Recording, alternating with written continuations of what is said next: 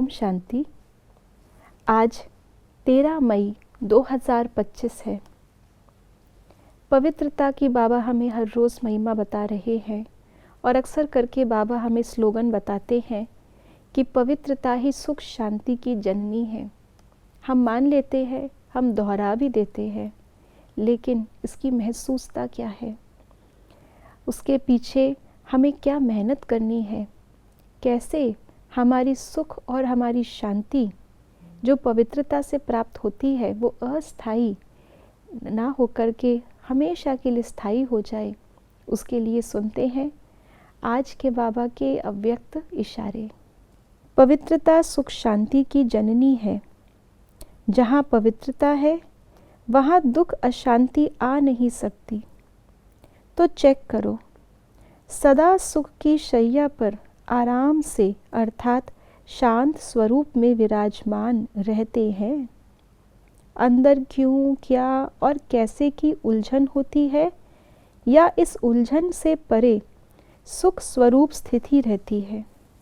अगर हम कभी अपने पूरे दिन को चेक करें, कहीं अगर हमने थोड़ा सा भी झूठ बोला या बहाना भी तो हल्के रूप का झूठ ही है। अगर हमने झूठ बोला, बहाना कुछ भी किया या कोई ऐसा कर्म किया जो किसी को पता नहीं चलना चाहिए, तो उस दिन मन कैसा रहता है? कहीं ना कहीं गलती की तो उसका बोझ आत्मा पर आ जाता है और वो बोझ हमारी शांति को दबा देता है। जैसे कोई भारी चीज़ को अगर किसी चीज़ के ऊपर रख दो तो नीचे वाली चीज़ दब जाती है, वो इमर्ज नहीं हो पाती, वो मर्ज हो जाती है। तो ऐसे ही मनसा, वाचा या कर्मणा कोई भी अगर विकार के कारण से हमने उसके प्रभाव में आकर के कोई कर्म किया, तो अंदर आत्मा जिसको पवित्रता की महसूसता है, वो अंदर ही अंदर उस कर्म को तो अपवित्र है वो जानती है।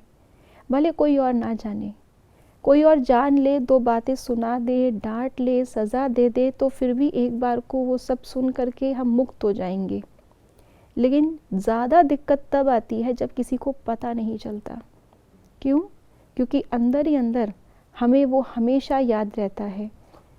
कहीं कोई पकड़ा ना जाए, वो चीज़ हमेशा अंदर दिल को खाती रहेगी और उस बोझ से आत्मा की शांति चली जाएगी।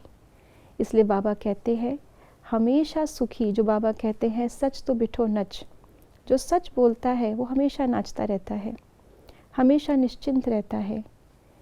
इसलिए बाबा कहते हैं अगर हमें जो हमारा यादगार भी है कि शेष शैया पर विष्णु जी आराम से हलचल वाले समुद्र के बीच में भी लेटे हुए हैं, तो ऐसे ही आसपास हलचल हो क्या, क्योंकि लेकिन हमें प्रभावित नहीं करे, क्योंकि अंदर से हम सत्य है, एक है, हमारे अंदर मन में द्वैतता नहीं है।